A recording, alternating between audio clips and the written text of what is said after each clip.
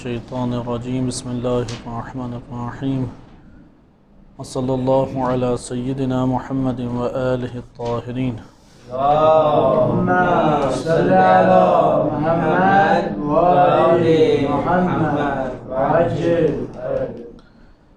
جو ہمارے معاشرے میں بعض سوالات بار بار تکرارن پوچھے جا رہے ہیں اور بعض شبہات جو کھڑے کیے جا رہے ہیں، ان میں سے ایک سوال جو تکرارن لوگوں نے دریافت بھی کیا اور بعض طلاب کے ذہنوں میں بھی یہ سوال پایا جاتا ہے، وہ یہی موجودہ چلنے والی بحث ہے کہ علیہ السلام اور رضی اللہ عنہ میں کیا فرق ہے۔ آیا ائمہ اہل بیت علیہم السلام کے ساتھ رضی اللہ لگ سکتا ہے یا رضی اللہ نہیں لگ سکتا؟ یہ فقط انبیاء کے ساتھ خاص ہے۔ اور پھر بعض علماء کرام جو پاکستان میں متحرک اور فعال ہیں اور ان کی تشیع کی بلندی کے لیے اور تشیع کی نشر و اشاعت کے لیے واضح طور پہ خدمات موجود ہیں، خصوصاً تبلیغی طور پہ اور اسی طریقے سے دیگر حوالوں سے شبہات کے جوابات کے اعتبار سے، جرأت مندانہ موقف دینے کے اعتبار سے دیگر تمام افراد کی نسبت برجستہ شخصیت کے مالک ہیں۔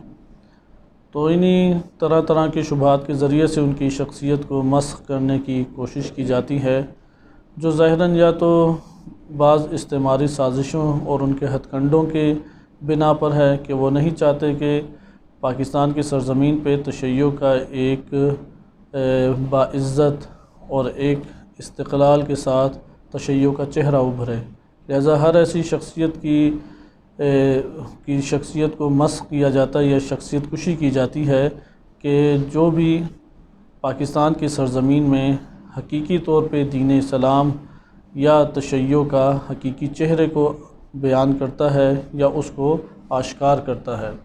انہی شبہات میں سے ایک شبہ وہ یہی رضی اللہ اور علیہ السلام اس حوالے سے اٹھایا گیا، جو حقیقت میں ایک بل پاس ہوا قومی اسمبلی پنجاب سے، اور اس میں یہ بل میں ایک جاہلانہ بات لکھی گئی جس کی شیعہ سنی دونوں نے ہی مذمت کی، قرآن اور روایات کے بھی مخالف وہ بات تھی کہ انبیاء کے ساتھ علیہ السلام لکھا جائے گا اور دیگر غیر انبیاء کے ساتھ، چونکہ وہ ان کی نظر میں معصوم نہیں ہیں بقیہ ہستیاں، تو وہ ان کے ساتھ رضی اللہ لکھا جائے گا۔ علیہ السلام معصوم کے ساتھ مختص ہے اور رضی اللہ وہ غیر معصوم کے ساتھ مختص ہے۔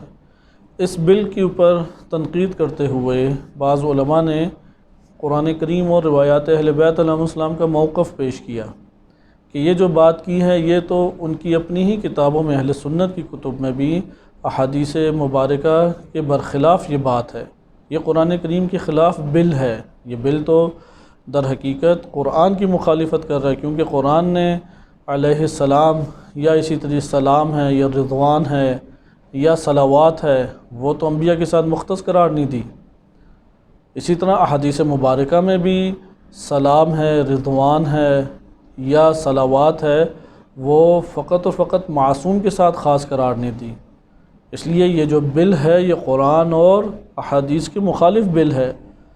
یہ بات بیان کی جب، تو اس کے مد مقابل بجائے اس کے کہ سراہا جاتا کہ قرآن اور اہل بیت علیہ السلام کا موقف پیش کیا گیا ہے، بعض امامہ پوش افراد ہی مقابلے میں عوامی دین کی حمایت میں آ گئے، کیونکہ پاکستان کے اندر حقیقی دین اسلام اور دین خالص، دین ناب کا چہرہ بلند کرنا آسان نہیں ہے۔ اس کا موقف کو جب پیش کیا جاتا ہے اور وہ عوامی دین سے ٹکراتا ہے، شیعہ ہو یا سنی ہو، تو وہاں پہ ایک عجیب ہمیں روش دکھائی دیتی ہے کہ وہاں پہ بعض علماء کھڑے ہو کے عوامی دین کی حمایت شروع کر دیتے ہیں، بجائے اس کے کہ قرآن کی حمایت کریں، بجائے اس کے کہ اہل بیت علیہ السلام کے موقف کی حمایت کریں۔ اس کے بالکل کاملاً برعکس وہ عوامی دین کی، جو عوامی طور پہ ایک چیز رائج ہے، اس کی موافقت اور اس کی حمایت شروع کرتے ہوئے مد مقابل شخصیت کشی بھی کرنے لگ جاتے ہیں اور شخصیت کو مسخ کر کے پیش کرنا شروع کر دیتے ہیں۔ ہم اس جگہ پہ بہرحال اس بحث میں زیادہ نہیں پڑتے، ڈائریکٹ اس کا جائزہ لیتے ہیں قرآن کریم اس حوالے سے کیا کہتا ہے، کیونکہ بلا شک و شبہ یہ ایک شیطنت ہے جو بل کی صورت میں پیش کی گئی۔ اور صرف شیعہ علماء نہیں، اہل سنت علماء نے بھی اس کے اوپر اعتراض کیا۔ یہ تو قرآن کریم اور اہل سنت کی بخاری مسلم سیاہ ستہ کے موقف کے خلاف ہے کہ اس میں علیہ السلام یا علیہم السلام استعمال ہوا ہے امام حسن و حسین علیہم السلام کے لیے، جناب سیدہ علیہ السلام کے لیے، اس میں علیہ السلام کے الفاظ وارد ہوئے ہیں۔ اصل مسئلہ یہاں پہ یہ ہے، یعنی اب بل کے حوالے سے تو بات کلیئر ہے کہ ایک شیطنت ہے، ایک استعماریت ہے، اور ایک ٹولہ بھی اہل حدیث سلفیوں کا ایک ٹولہ مبارکباد پیش کرنے کے لیے چودھریوں کے پاس پہنچ بھی گیا۔ تو بہرحال کہ اہل سنت اور مکتب تشیع کے جتنے بھی افراد ہیں ان کے سامنے اس بل کی شیطنت آشکار طور پہ سامنے آئی، اور وہ جتنا بھی حکومت اس کے اوپر زور ڈالے یہ قابل عمل نہیں ہو سکتا۔ اس کی بنیادی وجہ کیا ہے؟ بنیادی وجہ یہ ہے کہ کیونکہ قرآن کے مخالف ہے یہ بل، کیونکہ احادیث مبارکہ چاہے شیعہ کتب میں ہوں یا اہل سنت کتب میں ہوں اس کے مخالف ہے یہ۔ اور سب سے آخری چیز کہ مکتب کے اندر جو اسلامی نظریات ہیں اس میں آزادی کا ایک عنصر پایا جاتا ہے، لا اکراہ فی الدین قد تبین الرشد من الغی، لہٰذا ہم کسی کو اکراہن ایک چیز اپنے مکتب کے مطابق ڈھال کے نہیں پیش، مثلا سلفی ایک بات کرتے ہیں، ممکن ہے دیوبندی اس سے موافق نہ ہوں، تو سلفی کیا زور کے ذریعے سے دیوبندیوں کو اپنے انڈر لانے کی کوشش کریں گے؟ اگرچہ سعودی عرب میں یہ کیا سلفیوں نے کہ پورے کے پورے عالم اسلام میں جو مختلف مکاتب فکر موجود ہیں ان سب کو ڈنڈے کے زور پہ اپنے فقہ کے مطابق چلانے کی کوشش کرتے ہیں، لیکن یہ بلا شک و شبہ یہ مذموم چیز ہے۔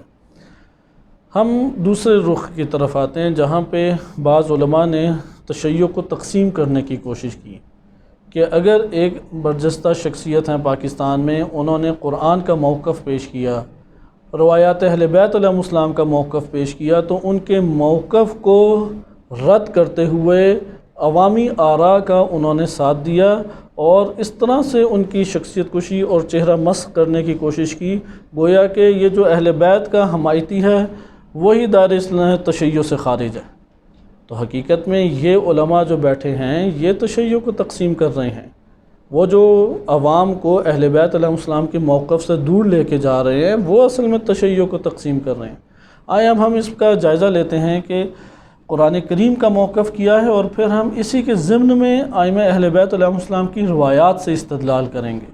کوئی باہر سے بات چیت کو نہیں لے کے آئیں گے کہ کوئی فلسفی طور پہ یا لغت کا سہارا لے کے ہم نے معنی کو تبدیل کر کے کسی طرح سے اپنے موقف کے مطابق کر لیا، ایسا نہیں ہے۔ ہم قرآن کے محضر میں اور اس کی بارگاہ میں حاضر ہوتے ہیں اور قرآن ہی سے یہ سوال کرتے ہیں کہ آیا علیہ السلام یعنی سلام یا رضوان یہ کسی ایک گروہ کے ساتھ فقط مختص ہے؟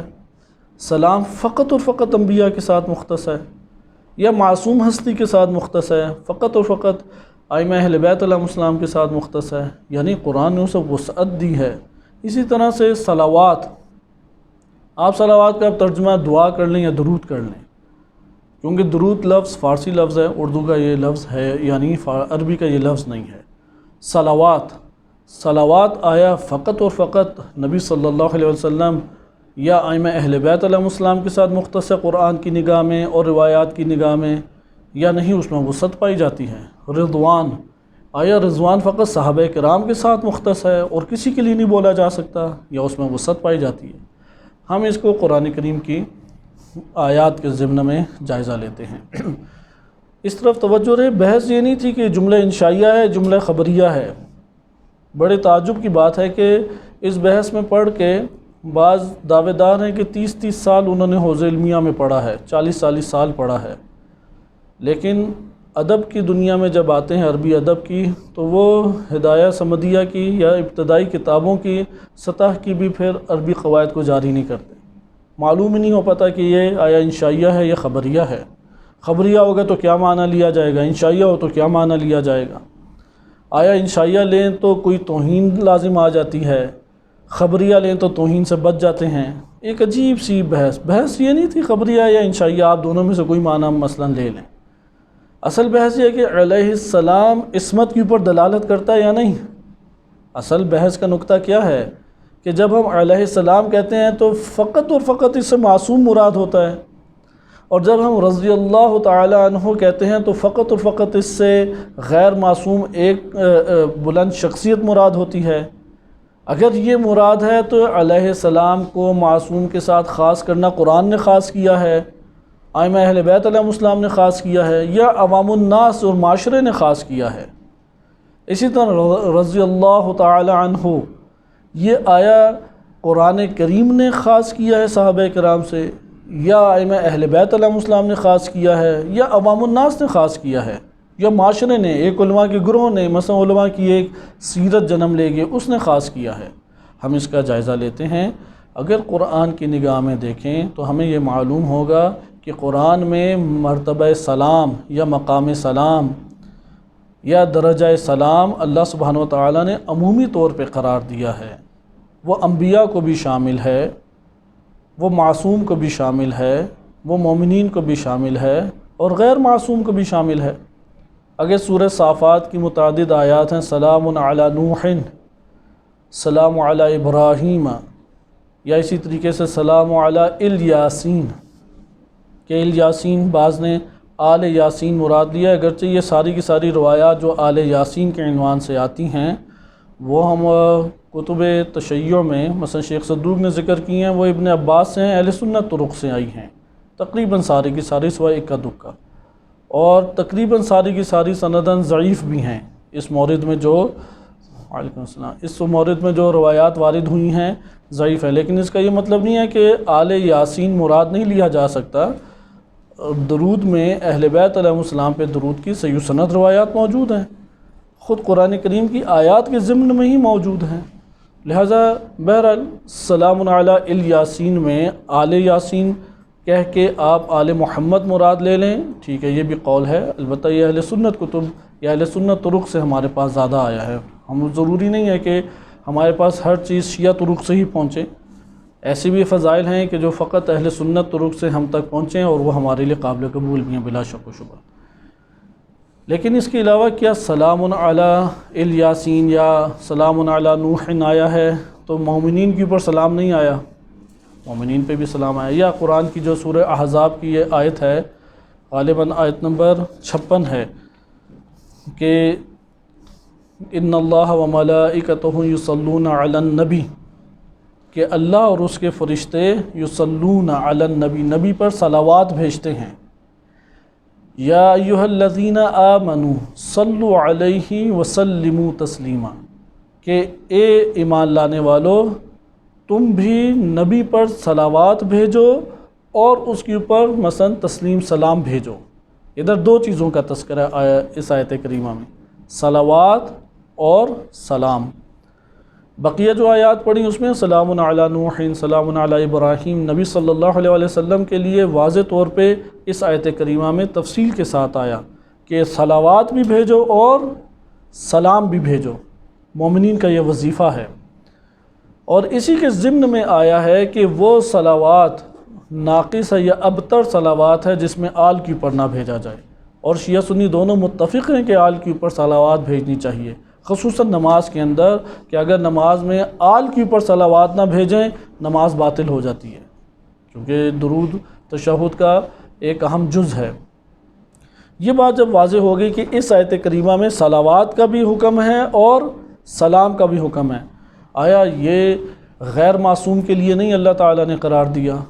قرآن کریم میں یہ آپ دیکھتے ہیں کہ اللہ سبحانہ و تعالیٰ نے غیر معصوم کے لیے بھی اسے قرار دیا ہے۔ مثال کے طور پہ اسی سورہ احزاب میں آپ آیت نمبر 44 دیکھیں، 43، بلکہ آپ پیچھے سے 41 سے پڑھیں، یا ایھا الذین آمنوا اذکروا اللہ ذکرا کثیرا، اے ایمان لانے والو اللہ کا کثرت سے ذکر کرو۔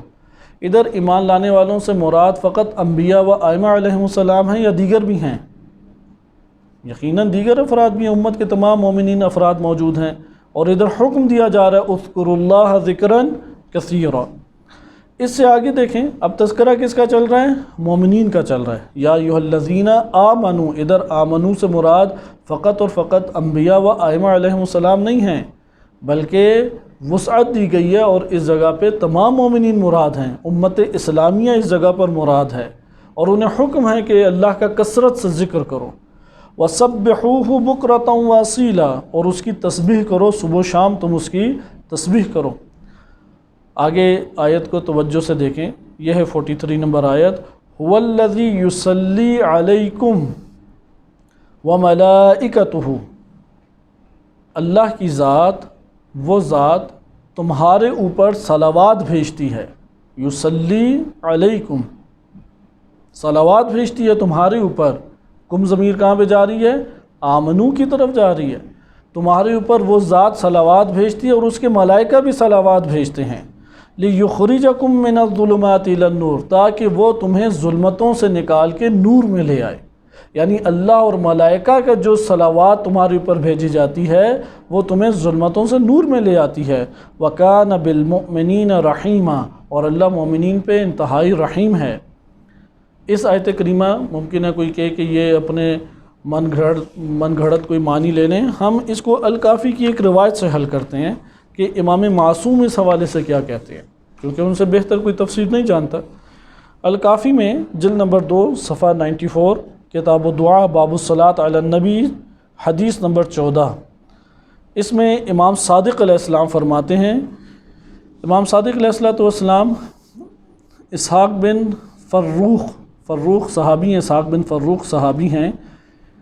امام صادق علیہ السلام فرماتے ہیں، یا اسحاق بن فروخ، من صلی علی محمد و آل محمد 10، جس نے محمد و آل محمد کے اوپر 10 دفعہ صلوات بھیجی، صلی اللہ علیہ وملائکتہ 100 مرہ، تو اللہ اور اس کے فرشتے اس صلوات بھیجنے والے کے اوپر صلوات 100 مرتبہ بھیجیں گے۔ یعنی اگر ہم 10 مرتبہ صلوات بھیجیں محمد و آل محمد علیہ السلام پہ، تو اللہ اور اس کے فرشتے ہمارے اوپر صلوات کتنی مرتبہ بھیجیں گے؟ 100 مرتبہ۔ ومن صلی علی محمد و آل محمد 100 مرہ، اور جس نے محمد و آل محمد پہ 100 مرتبہ صلوات بھیجی، صلی اللہ علیہ وملائکتہ 1000، تو اللہ اور اس کے ملائکہ اس شخص کے اوپر جس نے صلوات بھیجی ہے 1000 مرتبہ صلوات بھیجیں گے۔ یعنی اگر ہم محمد و آل محمد علیہ السلام کے اوپر 100 مرتبہ صلوات بھیجتے ہیں، اللہ اور اس کے فرشتے ہمارے اوپر کتنی دفعہ صلوات بھیجیں گے؟ 1000 مرتبہ، 1000 مرتبہ۔ پھر امام نے استدلال قائم کیا، کوئی دلیل اس بات پہ؟ امام صادق علیہ السلام دلیل پیش کرتے ہیں، اما تسمع قول اللہ عز وجل، کیا تم نے اللہ عز و جل کا یہ قول نہیں سنا؟ کیونکہ اسحاق بن فروخ کے لیے بھی بڑی تعجب کی بات تھی یہ، جیسے آج ہم جب یہ پڑھ رہے ہیں اور سن رہے ہیں کہ یار ہمارے اوپر صلوات وہ بھی اللہ بھیجے، ان اللہ و ملائکتہ یصلون علی النبی، اللہ اس کے ملائکہ نبی پر تو صلوات بھیجتے ہیں، لیکن اللہ اور اس کے نبی غیر نبی کے اوپر یا غیر معصوم پہ بھی صلوات بھیجتے ہیں، تو ہمارے لیے تعجب کی بات ہے یا نہیں کہ بھائی غیر نبی کے اوپر بھی صلوات بھیجی جاتی ہے، مومنین کے اوپر بھی صلوات بھیجی جاتی ہے، اور اللہ اور اس کے ملائکہ ہی صلوات بھیجتے ہیں۔ تو اسحاق بن فروخ کے تعجب کو دور کیا امام نے اس روایت کے ذریعے سے، اس آیت کریمہ کے ذریعے سے، کہ آیت کریمہ یہ پڑھی، هو الذی یصلی علیکم وملائکتہ، کہ اللہ اور اس کے ملائکہ تمہارے اوپر صلوات بھیجتے ہیں، صلوات بھیجتے ہیں، لیخرجکم من الظلمات الی النور، تاکہ وہ تمہیں ظلمتوں سے نکال کے نور کی طرف لے آئے، وکان بالمؤمنین رحیما۔ اب آپ نے اس آیت میں دیکھا ایک مرحلہ طے ہوا، سلام تو بات کی چیز ہے، صلوات عموماً عوامی ذہن یہ سمجھتا ہے کہ صلوات مختص ہے محمد و آل محمد علیہ السلام سے، لیکن قرآنی موقف کیا ہے؟ نہیں، مختص نہیں ہے، تمام مومنین کے لیے صلوات ہے۔ اہل بیت علیہ السلام کا موقف کیا ہے؟ الکافی کی روایت امام صادق علیہ السلام کا نظریہ پڑھ لیا۔ اب اس کے مقابلے میں ایک عالم آ کے وہ شخصیت کو مسخ کرنا شروع کر دے، یہ فلاں ہے، یہ فلاں ہے، تم اپنی تشیع ثابت کرو، نہ تم فلاں پڑھے ہوئے ہو نہ فلاں پڑھے ہوئے ہو، اور تہمت اور الزام تراشی شروع کر دے، جیسے کوئی کراچی سے ایسی آوازیں اٹھتی ہیں، کبھی کہاں سے ایسی آوازیں اٹھتی ہیں۔ تو واقعاً یہ افسوس کی بات ہے کہ قرآن اور اہل بیت علیہ السلام کے مقابلے میں آپ ایک عوامی سوچ اور فکر اور عامیانہ سوچ کی آپ حمایت کرتے ہیں۔ لہذا قرآن اور روایات اہل بیت کا موقف ہے کہ صلوات مومنین کے لیے اور اللہ اور ملائکہ ہی بھیجتے ہیں۔ اچھا ادھر آپ کہیں گے صلوات کا معنی الگ ہے، تو آپ لے آئیں معنی پھر کیا ہے، اسے پیش کریں کون سا معنی ہے۔ اگر صلوات ادھر ان اللہ و ملائکتہ یصلون علی النبی، ادھر صلوات کا معنی کچھ اور ہے، اور یہ جو سورہ احزاب کی آیت ہے هو الذی یصلی علیکم، ادھر صلوات کا معنی کچھ اور ہے، وملائکتہ کہ اللہ اور اس کے ملائکہ تمہارے اوپر صلوات بھیجتے ہیں، تو وہ نقطہ اختلاف بیان کریں، کیا اس میں نقطہ ہے، کس آیت سے استدلال کیا آپ نے، کس روایت سے آپ نے استدلال کیا، کس لغت کی کتاب سے استدلال کیا۔ صرف علماء کے اقوال جمع کر لینے سے تو بات نہیں بنتی، کیونکہ مکتب تشیع وہ تو صحابہ کو بھی معصوم نہیں مانتے اور علماء کو تو بالکل ہی معصوم نہیں مانتے، لہٰذا یہ بات ہمارے سامنے آئی کہ صلوات وہ انبیاء و اوصیاء و ائمہ علیہم السلام کے لیے بھی ہے، صلوات جس کا ترجمہ آپ درود کرتے ہیں وہ مومنین کے لیے بھی ہے۔ آ جائیں اب ہم سلام کے اوپر، اب ہم نے سلام پڑھا، وسلموا تسلیما، سلام بھیجنے کا بھی حکم ہے۔ ہم قرآن کریم سے ہی پہلے پوچھتے ہیں کہ قرآن کریم میں آیا یہ بات مذکور ہے کہ سلام فقط اور فقط انبیاء و ائمہ علیہم السلام کے ساتھ مختص ہے، تو اس کا جواب بھی نفی میں ملتا ہے۔ قرآن کی نظر میں سلام جو ہے وہ معصوم کے ساتھ مختص نہیں ہے، غیر معصوم کے لیے بھی سلام ہے۔ البتہ اس سے پہلے ایک اور ہمارے پاس آیت کریمہ بھی ہے قرآن کریم میں جس میں صلوات کا حکم ہے۔ مثلا آپ یہ جو آیت پڑھتے ہیں سورہ احزاب کی آیت نمبر 56 کہ ان اللہ و ملائکتہ یصلون علی النبی یا ایھا الذین آمنوا، مومنین کو کیا حکم دیا جا رہا ہے، صلو علیہ وسلموا تسلیما۔ سوال کیا رسول اللہ کو بھی حکم دیا گیا کہ آپ صلوات بھیجیں مومنین پہ؟ تو واضح قرآن نے بیان کیا۔ سورہ توبہ آیت نمبر 103 پڑھیں، خذ من اموالہم صدقۃ تطہرہم وتزکیہم بہا، کہ آپ ان کے اموال سے صدقہ لیں جو ان کو پاک بھی کرے اور ان کا تزکیہ بھی کرے۔ بعض نے رسول اللہ صلی اللہ علیہ وسلم کی طرف ضمیر پلٹائی کہ آپ انہیں پاک بھی کریں اور ان کا تزکیہ بھی کریں۔ پھر آگے کیا، وصلی علیہم، آپ ان کے اوپر صلوات بھیجیں، رسول کو حکم دیا جا رہا ہے صلی علیہم ان صلاتک، آپ کی یہ صلوات سکن لہم، ان لوگوں کے لیے کیا ہے، سکون کا باعث ہے۔ واللہ سمیع علیم، اللہ سمیع علیم ہے۔ آپ صلوات کا ادھر اگر دعا ترجمہ کرتے ہیں تو بقیہ جگہ بھی دعا کریں، اگر ادھر آپ صلوات کا ترجمہ درود کرتے ہیں تو بقیہ جگہ پہ آپ نے اگر درود کیا تو ادھر بھی درود کا کریں۔ اگر دعا کی بجائے یا کوئی اور درود معنی بنتا ہے تو کیسے تشخیص دیں گے اس جگہ بے معنی درود ہے، کیونکہ درود عربی لفظ ہی نہیں ہے، درود ہے فارسی لفظ۔ اس لیے کلمہ صلوات اللہ تعالیٰ نے جب انتخاب کیا ہے تو اس میں کوئی حکمت ہے یا نہیں؟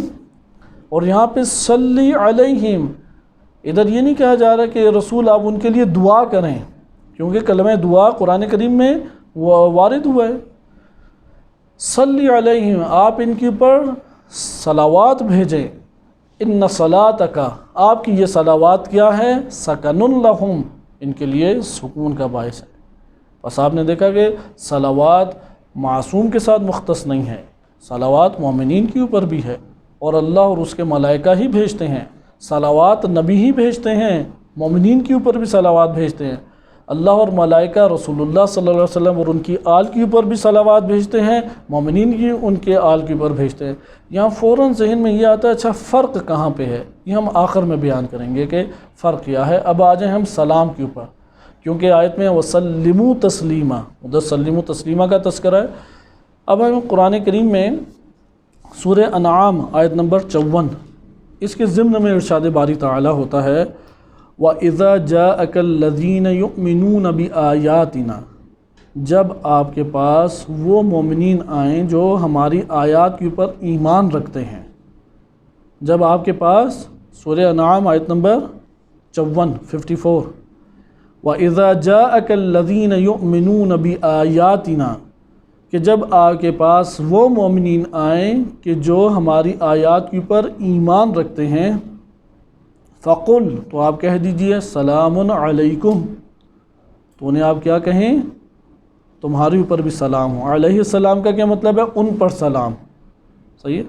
اب ان پر سلام ہے یا فقط ان پر سلام ہے، یا سلام ہو، آپ جو ترجمہ کر لیں، جو ادھر ترجمہ کریں گے وہی بقیہ جگہ ترجمہ بنے گا۔ مثلا یہ نہیں آپ کہہ سکتے اگر ربکم کہیں اور ربہو کہیں تو ربہو کہتے ہوئے معنی الگ ہو جاتا ہے، ربکم کہتے ہوئے معنی رب کا الگ ہو جائے گا، رب کا معنی تو وہی رہے گا۔ کم ضمیر ہے، آپ ایک دفعہ اردو میں کہتے ہیں تم اور ایک دفعہ کہتے ہیں وہ اور تم، یہ ضمیر ہے، فرق اس سے نہیں پڑتا، معنی تبدیل نہیں ہوتا سوائے ضمیر اور نسبت کے۔ اسی طرح آپ علیکم السلام کہتے ہیں، علیہ السلام کہتے ہیں، دونوں میں فرق کیا ہے؟ ادھر کم ہے، ادھر ہا ضمیر ہے، ہو ضمیر ہے، ضمیر کا فقط فرق ہے۔ لہذا قرآن کریم کی نگاہ میں یہ مختص نہیں ہے، جس طرح ہمارے ہاں علماء یا عوام الناس میں کلمات مختص ہو گئے، تو ہم ضروری نہیں ہے کہ جو روش ہمارے ہاں ایک وجود میں آ گئی ہے قرآن میں بھی ویسا ہی ہو۔ ہم نے قرآنی موقف ابھی لے رہے ہیں، ہم عوامی موقف یا جو علماء یہ عرف خاص جسے کہہ سکتے ہیں آپ، اس میں جو ایک موقف لیا گیا ہے اس کی بات ہم بعد میں دیکھتے ہیں۔ لیکن قرآن کیا کہہ رہا ہے؟ رسول کہیں قل سلام علیکم، کہ رسول آپ کہہ دیجئے سلام علیکم، کتب ربکم علی نفسہ الرحمہ، اللہ نے اپنے اوپر رحمت کو لازم قرار دے دیا ہے۔ انہ من عمل منکم سوءا بجہالۃ، تم میں سے جو بھی جہالت کی بنیاد پہ برائی کرے گا، ثم تاب من بعدہ، اور برائی کو انجام دینے کے بعد توبہ کر لی اس نے، واصلح، اور پھر اس نے اصلاح اپنی کر لی، فانہ غفور الرحیم، تو وہ اللہ کی ذات غفور رحیم ہے۔ یعنی برائی جہالت کی وجہ سے اس نے انجام دی، پھر توبہ کی، توبہ بھی کیسی کی؟ اصلاح کر کے، تو پھر اللہ تعالیٰ کو کیا پائے گا؟ وہ غفور الرحیم پائے گا۔ کوئی یہاں پہ سوال کر سکتا ہے کہ اچھا قرآن نے کہا، اور بھی بہت ساری آیات ہیں کہ سلام ادخلوا بسلام آمنین، جنت میں تو جو جائے گا وہ سلام ہی اس کے اوپر بھیجا جائے گا اور پھر داخل ہوگا۔ یا قرآن نے واضح طور پہ کہا ہے کہ تم لوگوں کے اوپر سلام ہو، کیوں سلام ہو؟ کیونکہ تم نے صبر کیا، صحیح ہے، بما صبرتم ونعم العقبى الدار۔ یا اسی طرح قرآن نے جنت کا نام ہی دار السلام رکھا ہے کہ تمہیں اللہ سبحانہ و تعالیٰ کی ذات کس کی طرف بلاتی ہے؟ دار السلام کی طرف بلاتی ہے۔ لہذا سلام اللہ سبحانہ و تعالیٰ نے مطلقاً قرار دیا ہے، مومنین کے اوپر بھی ہے، معصوم کے اوپر بھی ہے، غیر معصوم کے اوپر بھی ہے، سلام سب کے اوپر ہے۔ حتیٰ کہ آپ نماز میں تشہد میں کیا پڑھتے ہیں؟ تشہد میں کیا سلام الگ ہو جاتا ہے؟ آپ کہتے ہیں السلام علیکہ ایہا النبی ورحمۃ اللہ وبرکاتہ، ادھر جو سلام ہے، جو السلام علی النبی کہہ رہے ہیں، السلام علینا ہم پر سلام ہو، ادھر سلام کا معنی جدا ہو گیا۔ واقعی بہت تعجب کی بات ہے، کیسے جدا کر لیا آپ نے معنی اس کا؟ اس کے بعد السلام علیکم ورحمۃ اللہ وبرکاتہ کہ بعض جگہوں پہ آئے کہ وہ فرشتوں کو سلام ہے، ادھر سلام کا معنی جدا ہو جائے گا، اور اس جگہ پہ جملہ انشائیہ یا جملہ خبری ہے۔ اگر وہ انشائیہ ہے تو ساری جگہوں پہ انشائیہ ہوگا، تینوں ہی ایک طرح کے اسلوب ہیں۔ اگر خبریہ تو تینوں جگہ پہ خبریہ پھر ہوگا۔ خبریہ اور انشائیہ کو کوئی جھگڑا نہیں ہے ادھر۔ اصل جھگڑا یہ تھا کہ علیہ السلام آیا عصمت کے اوپر دلالت کرتا ہے؟ قرآن کریم کی نظر میں عصمت پہ دلالت نہیں کرتا، روایات اہل بیت علیہ السلام کی نگاہ میں معصوم کے اوپر دلالت نہیں کرتا۔ اسی لیے ہمارے علماء عقائد نے جو کتابیں لکھی ہیں اور عصمت انبیاء و ائمہ علیہ السلام کے اوپر جو استدلال قائم کیا ہے، کسی جگہ پر بھی سلام کے ذریعے سے استدلال قائم نہیں ہوا۔ اگر یہ عصمت پہ دلالت کرتا ہے تو علماء عقائد لکھتے ہیں قرآن کریم کی یہ والی آیات لے کے آتے کہ یہ تو عصمت کی دلالت اس دیکھو سلام سے ہوتی ہے، اور اگر سلام سے ہوتی ہے تو پھر ہر جگہ آپ کہیں پھر تو سبھی معصوم ہو جائیں گے۔ اس کے علاوہ بھی ہمارے پاس اور دلیلیں ہیں، کیونکہ نماز میں جو کلمات ہم پڑھتے ہیں السلام علیکم ایھا النبی ورحمۃ اللہ وبرکاتہ، یا السلام علینا وعلی عباد اللہ الصالحین، یہ شیعہ سنی دونوں ہی نمازوں میں پڑھے جاتے ہیں، یعنی مستند طریقے سے وارد ہوئے ہیں اہل بیت علیہ السلام سے۔ اسی طرح آپ زیارت پڑھتے ہیں، اب امام حسین علیہ السلام معصوم ہیں تو شہدائے کربلا سارے معصوم ہیں، جناب جون ہیں، حبیب بن مظاہر ہیں، زہیر بن قین ہیں، ان کو علیہم السلام کہنا چاہیے، رضی اللہ عنہم کہنا چاہیے شہدائے کربلا کو۔ ہماری لغت کے مطابق جو عوامی طور پہ آراء موجود ہیں اس کے مطابق زہیر بن قین، حبیب بن مظاہر اور دیگر بزرگان، ان کے بارے میں کیا کہنا چاہیے؟ رضی اللہ عنہم۔ لیکن آپ زیارت نامے پڑھیں، اس میں کیا ہے؟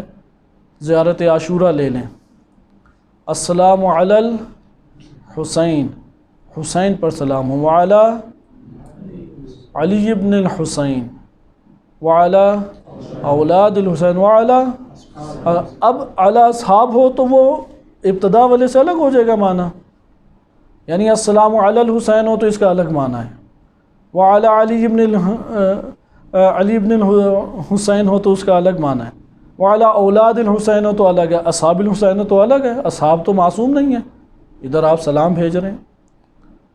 حتیٰ کہ آپ قبور کی زیارت کے لیے جاتے ہیں، وہاں پہ کیا کہتے ہیں اہل قبور کو؟ السلام علیکم۔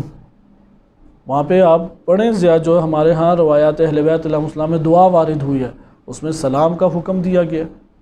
یہ سلام کے معنی تبدیل ہو جائیں گے ان جگہوں پہ۔ بس زیارت نامے اٹھا کے دیکھیں، احادیث مبارکہ اٹھا کے دیکھیں، قرآن کریم کی آیات اٹھا کے دیکھیں، آپ کے سامنے آیات کریمہ پڑھی، کسی جگہ پر بھی سلام معصوم کے ساتھ مختص نہیں ہے، نہ علیہ السلام و علیکم السلام، یا نام لے لیں السلام علی الحسین، کسی جگہ پہ بھی مختص نہیں ہے۔ زیارت نامے حضرت عباس علیہ السلام ان کے ہیں، حضرت حبیب ابن مظاہر کے ہیں، دیگر شخصیات کے ہیں، حتیٰ کہ امام زادوں کے ہیں۔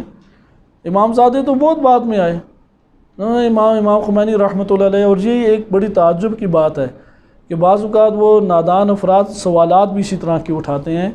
مثلا ہمارے معاشرے کے اندر بہت سارے امام زادے ہیں کہ نسبت موجود ہے ادھر امام زادے ہیں، امام موسیٰ کاظم علیہ السلام کے مثلا پڑ پوتے ہیں یا ان کے پوتوں میں سے ایک ہیں، اور وہ جو امام موسیٰ کاظم علیہ السلام کی نسل سے ایک بزرگ شخصیت آئی جس نے تشیع کے وقار کو بلند کیا، استعمار کو شکست دی، اور ہدف قیام امام حسین علیہ السلام کو پورا کرنے کی کاوشیں کی، امام مہدی علیہ السلام کے ظہور کی راہ ہموار کی، امام خمینی رحمۃ اللہ علیہ ان کے لیے کہہ دیا جائے السلام علیکم یا روح اللہ، اس پہ اعتراض شروع کر دیتے ہیں۔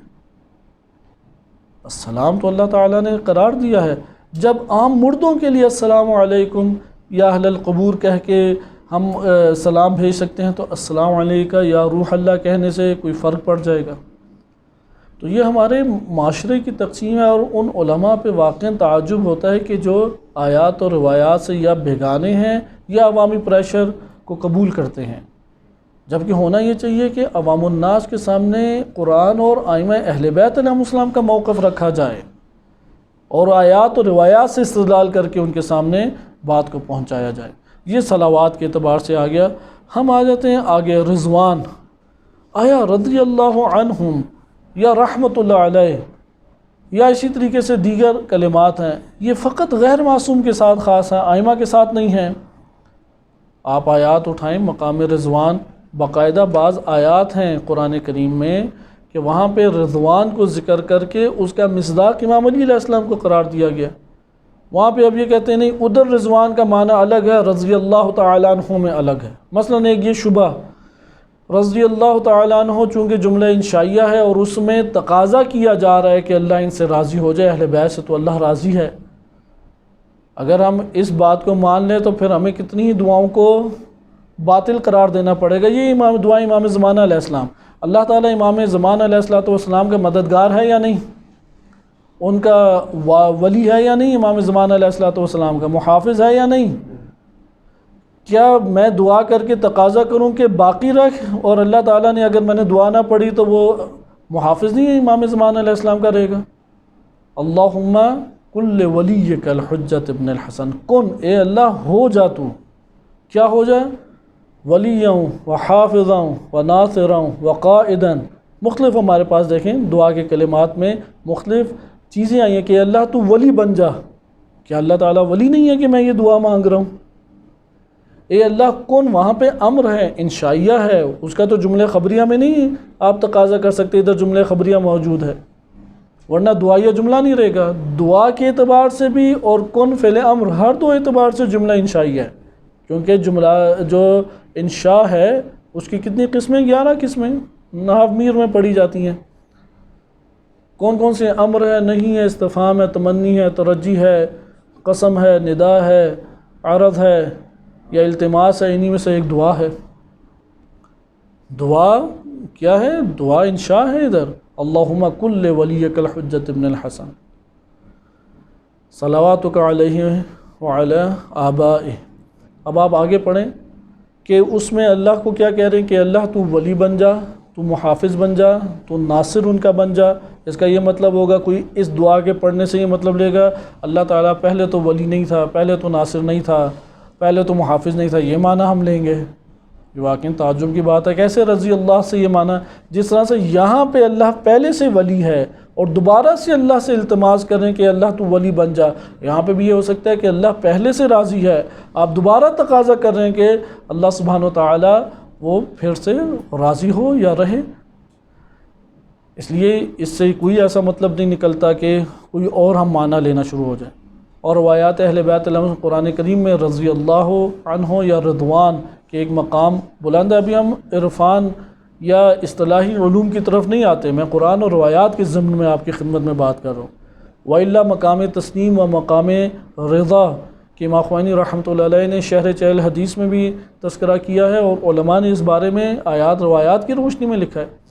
لہٰذا اس سے ہمیں یہ بات سمجھ آئی کہ رضوان، مقام رضوان یا رضوان کا کلمہ رضی اللہ عنہ یا رضی اللہ عنہم، اس کے کہنے سے کوئی مسئلہ نہیں پیش آتا۔ اس سے نہ عصمت ثابت ہوتی ہے اور نہ اس سے عصمت کی نفی ہوتی ہے۔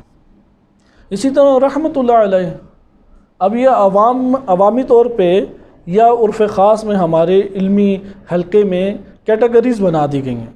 علیہ السلام کہیں تو یہ معصوم کے لیے ہے، رضی اللہ کہیں تو یہ صحابہ یا صحابہ کی طرح بزرگ شخصیت کے لیے ہے، اور رحمۃ اللہ علیہ کہیں تو مسجد کے مولانا جیسے بندوں کے لیے ہے، اور اگر ہم کہیں قدس سرہ مد ظلہ تعالی مد ظلہ العالی، یا اسی طریقے سے آپ حفظہ اللہ تعالی، یہ زندوں کے لیے حفظہ اللہ تعالی، مد ظلہ العالی یہ زندوں کے لیے ہے، قدس سرہ الشریف یہ مثلاً آ گیا مردوں کے لیے اور قابل قدر شخصیت تھی۔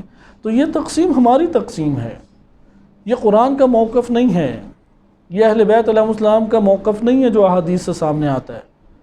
کوئی کہے گا رحمت اللہ بھی کہہ سکتے ہیں کہ یا امام معصوم کو، تو کہتے ہیں آپ نماز میں بھی کہتے ہیں السلام علیکہ ایھا النبی ورحمۃ اللہ وبرکاتہ، اللہ کی رحمت بھی آپ بھیجتے ہیں ان پہ۔ الکافی میں کثیر روایات ہیں، کثیر، کہ راوی حاضر ہوا اور آ کے اس نے تقاضا کیا، بلکہ ایک دو کا ریفرنس بھی آپ کے سامنے پڑھ دوں۔ الکافی جلد نمبر 3 صفحہ 241 باب نمبر 47 میں باب الصبر ہے، اس میں راوی نے صبر کے بارے میں سوال کیا، تو اس طرح سوال کیا، یرحمک اللہ، یرحمک اللہ، یرحمک اللہ، اللہ آپ پہ رحمت نازل فرمائے۔ کیا صحابی کو یہ پتہ نہیں ہے کہ اللہ کی ان پہ رحمت ہے؟ یعنی وہ تو خود رحمت کبریٰ ہیں اللہ تعالیٰ کی۔ ادھر امام نے کوئی اعتراض کیا؟ اعتراض نہیں کیا۔ لہذا اس طرف توجہ رکھیں کہ یہ جو جتنے بھی کلمات ہیں قرآن اور روایات اہل بیت علیہم السلام میں بذات خود یہ مقام سے تعلق رکھتے ہیں۔ سلام اللہ تعالیٰ کی طرف سے سلامتی یا اسلام کا نام بھی سلام سے ہے، اور اللہ سبحانہ وتعالیٰ سب کو سلامتی میں لانا چاہتا ہے، سلم میں، سلام میں، دار السلام میں لانا چاہتا ہے، اور ادھر ہم صرف معصوم کو ہی سلام میں دیکھنا چاہتے ہیں۔ اسی طریقے سے رضوان ہے، اللہ کی رضایت حاصل کرنا ہم سب کے لیے ضروری ہے۔ راضیتاً مرضیہ کی تفسیر اس کے علاوہ اور کیا بنتی ہے؟ رضی اللہ عنہ سے نہیں کریں گے تو کس سے کریں گے ہم؟ اسی طریقے سے رضوان اللہ سبحانہ و تعالیٰ کی ایک صفت بھی ہے، اور اس صفت کا خواہاں جیسے رحمت اللہ تعالیٰ کی صفت ہے، سلام اللہ تعالیٰ کی صفت اسماء حسنہ میں سے ہے۔ اسماء حسنہ اسماء و صفات ایک دقیق بحث ہے، اسماء پہنچاتے ہیں صفات تک، صفات پہنچاتی ہے ذات باری تعالیٰ تک۔ اب سلام بھی اسماء میں سے اللہ کے، رضوان بھی اللہ سبحانہ و تعالیٰ کے اسماء میں سے ہے۔ اچھا، یہ ان کا منبع کیا ہے؟ ممکن ہے ان کا رحمت الہی یا صفت الہی جو ہے وہ اس کا منبع ہو، اور رحمت اللہ تعالیٰ کی سب مخلوق کے اوپر ہے۔ سوال یہ پیدا ہوگا، اچھا مان لیا ہم نے کہ یہ عصمت کے ساتھ مختص نہیں ہے، تو پھر فرق کیا ہے؟ نبی پر بھی صلوات، غیر نبی پر بھی صلوات۔ تو نبی صلی اللہ علیہ وآلہ وسلم اور ان کی آل پہ صلوات چند امتیازات رکھتی ہے۔ نمبر 1 درجات کا فرق ہے، مقام رضوان میں جس بالکل اسی طرح ایمان، امام علی علیہ السلام کیا مومن نہیں ہے؟ مومن ہے۔ آپ پاکستان کے عام بندوں کو بھی مومن کہتے ہیں۔ فرق ہے، زمین آسمان کا فرق ہے۔ اللہ تعالیٰ نے اپنی صفت مومن قرار دی ہے، اسماء الحسنہ میں سے کہ مومن۔ کوئی کہے کہ علی علیہ السلام کو مومن کہہ دیا، کیا مومن نہیں ہے امام علی علیہ السلام؟ امیر المومنین ہیں، مومنین کے امیر ہیں۔ جو امیر ہوگا تو وہ مومن نہیں ہوگا، یقیناً وہ اس کے پاس تو صفت ایمان سب سے بارز اور سب سے وسیع تر طریقے سے ہوگی۔ امیر المومنین ہیں وہ۔ اب اس جگہ پہ آپ کہیں گے کہ دونوں کا ایمان، اس کے معنی میں فرق آ گیا یا مراتب میں فرق ہے؟ ایک کا ایمان بالکل ابتدائی درجے کا ہے، ایک اوج کمال ایمان کی پرفائز ہے۔ ایک کا سر تسلیم خم کرنا اللہ کی بارگاہ میں ابتدائی درجے کا ہے، ایک سلام اور سلامتی یا سر تسلیم خم کے اوج کمال پہ پہنچی ہوئی ذات ہے۔ ایک کی رحمت ابتدائی درجے کی ہے۔ اب نبی صلی اللہ علیہ وسلم بھی رحیم ہیں۔ ماں رحیم ہوتی ہے یا نہیں؟ ماں بھی رحمت اللہ کی ہے یا نہیں ہے؟ اللہ کی رحمت ہے۔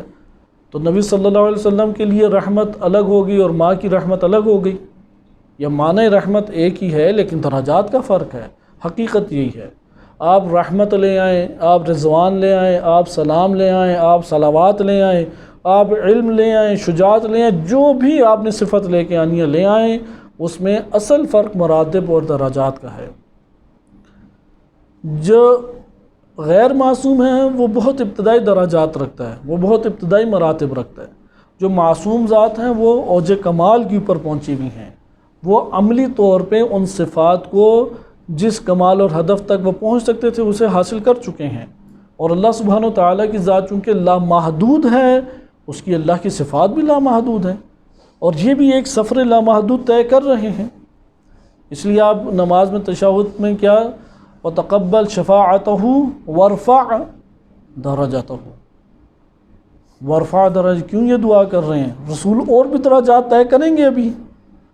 اگر رسول کے درجات ختم ہو چکے ہوتے یہ دعا باطل تھی یا نہیں؟ وَتَقَبَّلْ شَفَاعَتَهُ، یہ تو سمجھ آتی ہے، اے اللہ تو رسول صلی اللہ علیہ وسلم کی شفاعت کو قبول فرما۔ ادھر سوال اللہ تعالیٰ نے قبول نہیں کرنی شفاعت کو، شفاعت اللہ تعالیٰ نے قبول حتماً کرنی ہے۔ وَارْفَعْ دَرَجَتَهُ، اور ان کے درجے کو کیا ہے؟ بلند فرما، اور ان کو بڑھا دے درجے کو۔ کیا رسول صلی اللہ علیہ وسلم ایک درجے پہ پہنچ چکے ہیں، اس سے آگے دراجات ہی نہیں ہیں؟ یہ بات صحیح نہیں ہے۔ اللہ سبحانہ و تعالیٰ کی ذات بھی لامحدود ہے اور صفات بھی لامحدود ہیں، درجات بھی لامحدود ہیں، اور وہ طے کر رہے ہیں درجات۔ لہٰذا یہ ہمارے پاس خلاصہ کلام آیا کہ ہمارے عوام الناس میں اور ہمارے علمی حلقوں میں ایک علامت بنا دی گئی ہے۔ مثلا آپ صاد علامت بناتے ہیں نا، صاد سے کیا مراد لیتے ہیں؟ صلی اللہ علیہ وآلہ۔ عین سے کیا مراد لیتے ہیں؟ علیہ السلام۔ اب کتابیں لکھتے ہوئے مثلا الکافی اور یہ حدیث کی کتاب لکھ رہے ہیں، اب حدیثوں کی 10 کتابیں ہیں، آپ بالفرض عیون و اخبار الرضا کے لیے عین کا لفظ ایجاد کر دیتے ہیں، تو یہاں کوئی آ کے کہے گا یہ دیکھو توہین کر دی ائمہ کی، یہ بات قبول کی جائے گی؟ یہ تو بہار میں ہوا بھی ہے، اسی طرح سے رموز ایجاد کیے جاتے ہیں۔ مثلا کاف کہہ دیا جائے الکافی مراد ہے، میم کہہ دیا جائے من لا یحضر الفقیہ مراد ہے، سین کہہ دیا جائے الاستبصار مراد ہے، عین کہہ دیا جائے عیون اخبار الرضا مراد ہے، کیونکہ پورا نام تو ہر جگہ نہیں لکھ سکتے۔ تو کیا یہ رموز آپ جو ایجاد کر رہے ہیں ایک علیہ السلام کے لیے اور ایک عین عیون اخبار الرضا کے لیے، تو یہاں پہ کوئی ہمارے سامنے توہین لازم آ گئی، کوئی مکتب کی بنیادیں ہماری ہل گئیں، کیونکہ آپ نے عین کا رمز ایجاد کیا ہے، ائمہ علیہ السلام نے عین ایجاد کی ہے، صاد ائمہ اہل بیت نے ایجاد کی ہے، بلکہ اس کے اوپر تو اعتراض علماء حدیث کرتے ہیں کہ یہ صاد کہاں سے تم لے کے آ گئے ہو؟ امام معصوم ہمیشہ صلی اللہ علیہ وآلہ پڑھا کرتے تھے، تم نے ادھر صاد ایجاد کر دیا۔ تو آپ نے ایجاد کیا ہے تو ایجاد آپ کے ایجاد کردہ چیز کو ضروری نہیں ہے کہ قرآن اور اہل بیت کا موقف بھی عین اسی کے مطابق ہو۔ اسی طریقے سے ہمارے ہاں ایک علمی حلقے میں یا عوامی حلقہ جات میں علیہ السلام مختص ہو گیا، رضی اللہ عنہ وہ مختص ہو گیا غیر معصوم کے لیے ان کی نگاہ میں، نہ کہ قرآن اور روایات کی نگاہ میں۔ اس لیے جب ہم کہیں گے قرآن اور روایات کا موقف کیا ہے تو آپ ان کا موقف پیش کریں گے، آپ کہیں گے کہ اب جو ایک شعار بن چکا ہے، جیسے علامہ مجلسی رحمۃ اللہ علیہ نے بھی یہ لکھا ہے، میرات العقول میں بڑی تفصیلی سلام کے معنی میں بحث کی ہے علامہ مجلسی نے، اس میں انہوں نے کیا ہے کہ یہ سارا شعاراً یہ ایک شعار بن چکا ہے۔ ٹھیک ہے، آج کے دور میں یہ اختیار ہو گیا، لیکن اہل بیت کا موقف جب آپ بیان کریں گے وہاں صراحت کے ساتھ آپ یہ کہہ سکتے ہیں کہ یہ عصمت کے اوپر نہ دلالت کرتا ہے اور نہ عصمت کے ساتھ یہ مختص ہے۔ البتہ ہمارے معاشرے کے اندر اگر یہ شمار ہوتا ہے تو یہ معاشرے کے ایجاد کردہ ان کی ایک اصطلاح ہے، اس اصطلاح کو اگر رعایت کی جائے عیب ہے؟ نہیں، کوئی عیب نہیں ہے، کرنی چاہیے تاکہ ہم سمجھا سکیں کہ یہ معصوم ہستی کا میں کلام پیش کر رہا ہوں، علامت ایجاد کرنے میں کوئی عیب نہیں، اس لیے صاد ایجاد کریں، عین ایجاد کریں۔ اب بعض نے کہا کہ اچھا جل جلالہ بھی تو اسی طرح ہے، اللہ تعالیٰ کے اوصاف ائمہ اہل بیت نے اللہ کے ساتھ خاص قرار دی ہیں، ادھر آپ لوگ ہیں کہ جو علیہ السلام کو خاص قرار دے رہے ہیں، دونوں میں زمین آسمان کا فرق ہے۔ صلی اللہ علی محمد و آل محمد، چونکہ ائمہ اہل بیت کا موقف ہے اس لیے ہم و آل محمد کہتے ہیں، اگر ان کا موقف نہ ہوتا ہم کہتے ہیں و آل محمد، ان کی تعلیمات کی وجہ سے محمد و آل محمد کے اوپر ہم درود بھیجتے ہیں۔ پھر درود کا ایک اور فرق، صلوات معصوم اور غیر معصوم میں، معصوم کی اوپر صلوات نماز میں واجب ہے وَإِلَّا نماز باطل ہے۔ پھر معصوم کی جو اوپر صلوات ہے وہ بالاتر ہے، وہ حاکمیت رکھتی ہے، اس کے ضمن میں جیسے روایت نے بیان کیا کہ اگر محمد و آل محمد کو کوئی 10 دفعہ صلوات بھیجے اللہ تعالیٰ اس کے لیے 100 مرتبہ صلوات بھیجے گا، اس لیے محمد و آل محمد کے لیے صلوات اصل کی مانند ہے، ہمارے لیے فرق کی مانند ہے۔ یہ ایک آپ تھوڑا سا غور و فکر کریں تو نتائج آپ کے سامنے آنا شروع ہو جاتے ہیں، لیکن آپ یہ نہیں کہہ سکتے کہ اپنے طور پہ ہم چیزوں کو معصوم کی علامتیں قرار دے کے خاص کرنا شروع کر دیں اور پھر کہیں گے قرآن اور اہل بیت علیہ السلام کا موقف بھی یہی ہے۔ خلاصہ کلام آخر میں یہ بات ہمیں معلوم ہوئی کہ ہمارے معاشرے میں اور علمی حلقہ میں علیہ السلام صلوات اللہ علیہم، بلکہ ایک روایت میں تو جناب امام علی علیہ السلام، جناب حمزہ، جناب جعفر و زید، ان کا تذکرہ کر کے آخر میں لکھا گیا صلوات اللہ علیہم اجمعین۔ یہ قرآن کریم کی آیت کے ذیل میں ہے کہ وَإِذَا جَاءَكَ الَّذِينَ يُؤْمِنُونَ بِآيَاتِنَا کہ آپ کے سامنے پڑھی، اس کے ضمن میں شواہد التنزیل عبید اللہ حسقانی اہل سنت ان کی کتاب ہے، اس میں یہ روایت ابن عباس سے وارد ہوئی ہے، آخر میں سب کے اوپر صلوات بھیجی گئی۔ بہرحال قرآن نے جب کہہ دیا تو ہمیں کسی اور طرف جانے کا کوئی اختیار یا ضرورت بھی محسوس نہیں ہے ہوتی۔ خلاصہ کلام کہ علیہ السلام یا صلوات اللہ علیہم، نمبر 2 رضی اللہ عنہ صحابہ کے لیے، صلوات اور علیہ السلام معصوم کے لیے، رحمت اللہ علیہ جو علماء کے لیے، اور حفظہ اللہ تعالی یمد ظلہ العالی زندوں کے لیے۔ یہ مراتب ہمارے معاشرے نے خود ایجاد کی ہیں، علمی حلقوں میں یہ رواج پا گئے ہیں، قرآن کریم نے کوئی یہ والے مراتب اس ناموں کے ساتھ ذکر نہیں کیے، ائمہ اہل بیت علیہ السلام نے کوئی مراتب ذکر نہیں کیے، اور پہلی 3 صدیوں میں یعنی پہلی جو 300 سال ہیں عالم اسلام کے، اس میں یہ والے مراتب تھے بھی نہیں، ان ناموں سے موجود نہیں تھے، نہ حدیث میں موجود ہیں ان ناموں کے ساتھ۔ لیکن درود جو ہے وہ فضیلت رکھتا ہے اہل بیت کے لیے، خصوصی اس کی تاکید ہے، اس کے احکام ہیں اور ان کے لیے اصل کی حیثیت رکھتا ہے، ہمارے لیے فرق کی حیثیت رکھتا ہے، مراتب کا بہت بڑا فرق موجود ہے، اور اسی طرح مقام کی بلندی کا ایک فرق موجود ہے، مقام عصمت کا فرق موجود ہے۔ ان سب فروق کے ساتھ یہ والی چیزیں مومنین کے لیے بھی قرار دی گئی ہیں۔ لہٰذا اگر یہ ان سے دوسرا اور آخری نقطہ کہ ان کی دلالت علیہ السلام عصمت کی دلیل نہیں ہے ہمارے پاس، اس لیے عصمت کے اوپر جو عقائد میں دلیل قائم کی گئی ہے کہیں پہ بھی سلام نہیں ہے، کہیں پر بھی فقط رضوان نہیں ہے، اس لیے وہ ادلہ عصمت نہیں ہے، کیونکہ اس میں مشترک ہیں بقیہ بھی۔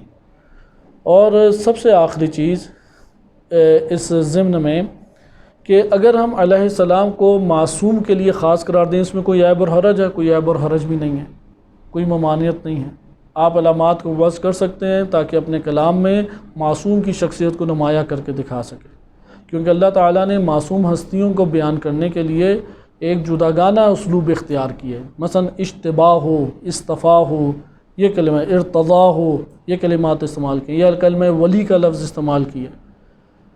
آخری چیز، اچھا پھر درود نبی صلی اللہ علیہ وسلم اور ان کی آل کے ساتھ کیوں معاشروں میں رائج ہو گیا؟ اس کی وجہ یہ ہے کہ نبی اکرم صلی اللہ علیہ وسلم اور ائمہ اہل بیت علیہم السلام کے لیے درود بھیجنے کا خصوصی حکم وارد ہوا ہے اور کثرت سے وارد ہوا ہے، اور اسے جداگانہ طور پہ عبادت شمار کیا گیا ہے، حتیٰ کہ نماز کے اندر اللہ تعالیٰ نے واجب قرار دے دیا ہے۔ یہ اوج بلندی کی وجہ سے ہے، اس کا یہ مطلب نہیں ہے کہ بقیہ کے لیے اصلاً اس کا کوئی بھی نیچے کا مرحلہ موجود نہیں ہے، نہیں، ابتدائی مراحل موجود ہیں۔ یہ جو اوج کمال کے مراتب ہیں اس کی وجہ سے کثرت سے ان کے اوپر درود بھیجنا عبادت شمار ہوگا۔ اور نمبر 2، ہمیں کیا حکم دیا گیا ہے، یہ بہت اہم نقطہ ہے، آخر میں ذکر کیا جا رہا ہے آپ کی خدمت میں۔